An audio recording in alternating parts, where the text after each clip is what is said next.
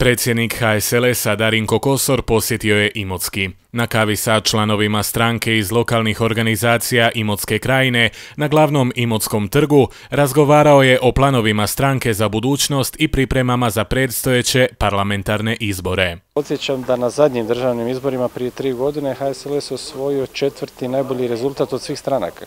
Samo su SDP, HDZ i Laburisti tada imali više glasova od HSLS-a. Znam da možda to danas nekima zvuči daleko, ali prava istina da smo mi tada dobili 73.000 glasova, 4. rezultat i mi jednostavno radimo sada u ovim pripremama na jačanju naše infrastrukture.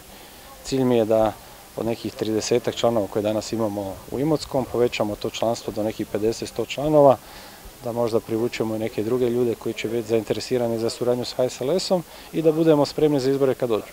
Kosor očekuje povratak HSLS-a u Hrvatski sabor. U izjavi za Mrežu TV obrušio se i na aktualnu koalicijsku vladu. Oni koji će biti u budućem sazivu Hrvatskog sabora i koji će činiti buduću hrvatsku vladu imaju veliku odgovornost. Ja mislim da će tad već biti 12.5 za Hrvatsku, da se dovede struka u vladu, a ne politički kadrovi i da se počnu provesti stvarne reforme.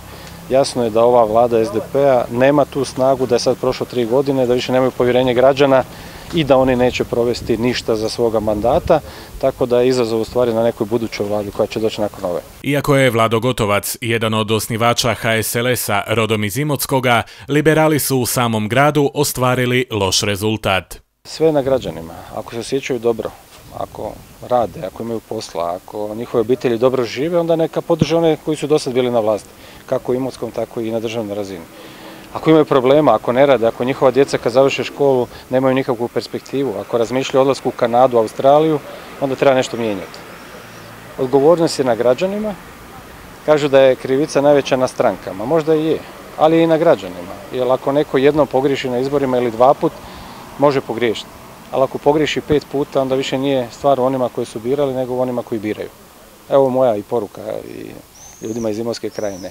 Treba razmišljati svojom glavom kad idete na izbore, jer onome što izaberete ovisi sudbina vas i vaše djece. A da je svjestan da su liberali jednim dijelom izgubili potporu Imoćana, u čijem su gradu do sada uvijek imali značajan broj glasača, ističe i predsjednik mladeži HSLS-a na razini Hrvatske i član predsjedništva stranke Toni Garac, koji je Kosoru bio domaćin u Imotskom.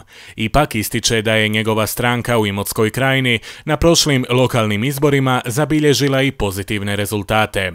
U Prološcu i u općini Lokočići gdje smo mi na prošlim lokalnim izborima dobili 20%, u gradu Imotskom smo podbacili, međutim ono što nas veseli, mi u proteklih nekoliko mjeseci imamo priliv novih članova, mladih ljudi i ljudi koji su uopće do sada nisu bavili politikom.